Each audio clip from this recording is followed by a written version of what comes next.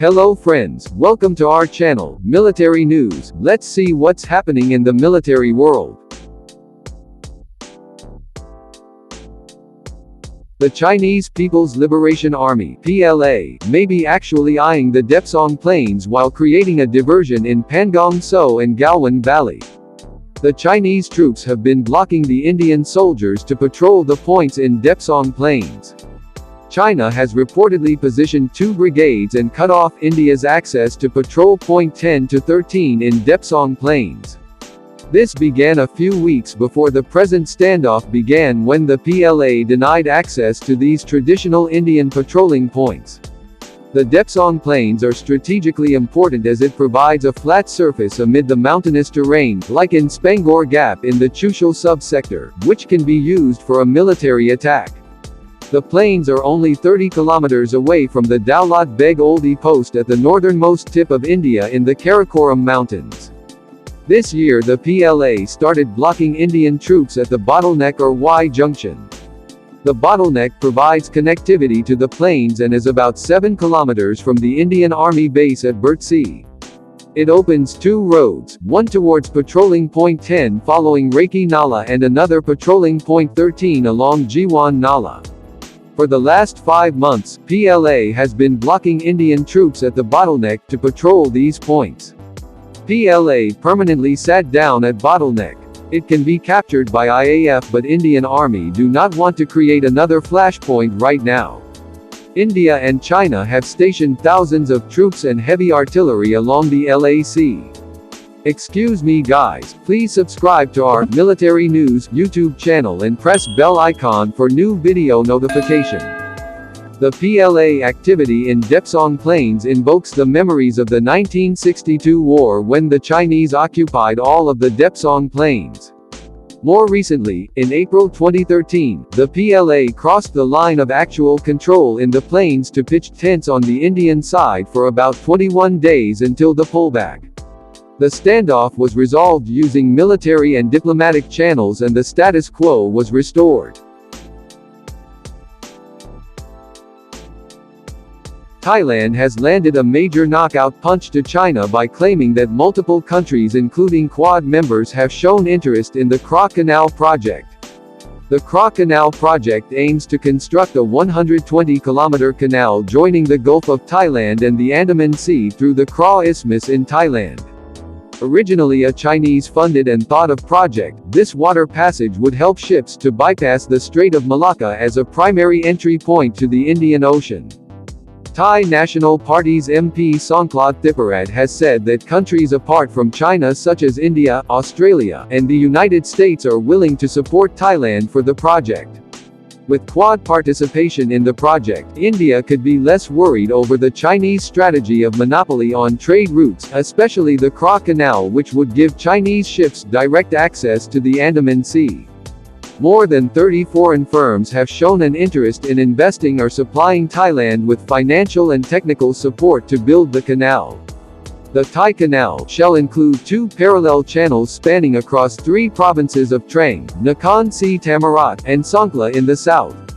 If Thailand chooses even one of the Quad members to aid in the construction of the canal, it would land a big blow to China's strategical and financial goals.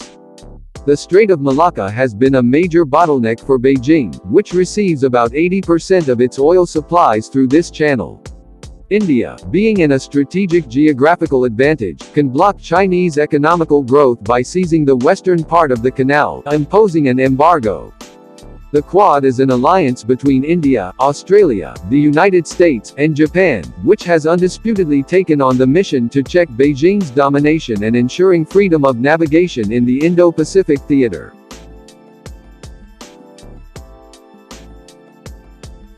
The Pentagon is deploying a small number of U.S. troops to Syria after multiple encounters between the U.S. and Russian militaries.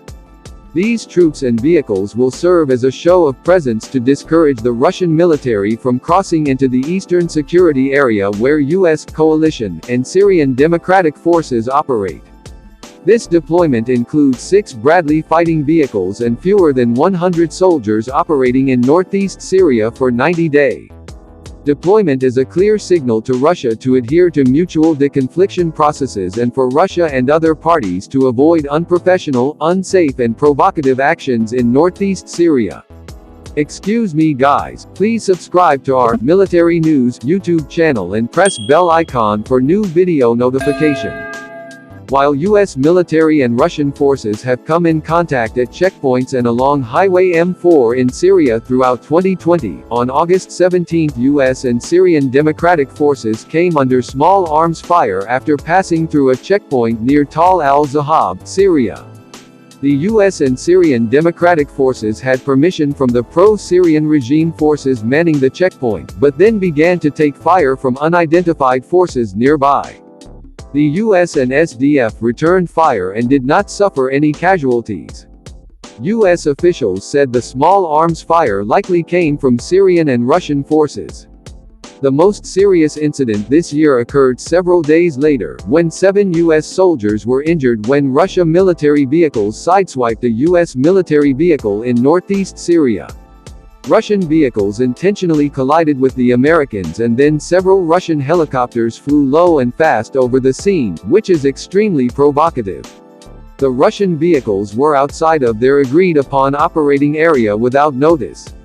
The decision to add more troops to Syria comes after the Trump administration announced it would withdraw nearly half of the troops serving in Iraq and Afghanistan in the coming weeks. The U.S. will draw down from about 5,200 in Iraq to about 3,000 by the end of September, and from 8,600 in Afghanistan to about 4,500 by the November U.S. election. U.S. defense giants Lockheed Martin, Northrop Grumman besides others are working on a long-range, stealthy design concept for the emerging MQ Next competition. Northrop Grumman has proposed the concept of the new SG-2 flying wing for the MQ Next, to replace the MQ-9 Reaper drones, with the concept bearing a lot of resemblance to the firm's X-47B unmanned air vehicle. The SG-2, having similar physical features and has a shared mission control software called the Distributed Autonomy or Responsive Control Software Program. The Distributed Autonomy or Responsive Control Software Program, which was the mission control software behind the X-47B's successful autonomous aircraft carrier landing in 2013 and its successful autonomous in-flight refueling in 2015, will be used to control the stealthy SG-2s. Through the software, the human controller can control a range of aircraft simultaneously. With the U.S. Air Force embarking on a new journey to field a replacement for the Reaper drones in June, a host of defense firms have stepped up with new concepts for the MQ Next competition, with Northrop Grumman being one of them. The MQ Next program, which is an effort to find an armed intelligence, surveillance and reconnaissance UAV, has been provided with the concept by Northrop, who have offered the U.S. Air Force a family of systems for the program starting in 2030. SG-2 concept is just one of Northrop's forthcoming proposals for the program. The U.S. Air Force has relied on the MQ-1 Predator and the MQ-9 Reaper, both built by General Atomics, as the main drones for surveillance and strike missions in the Middle East over the last 2 decades. Thank you friends for watching my video. Please hit like button, subscribe our channel to get the latest uploaded videos.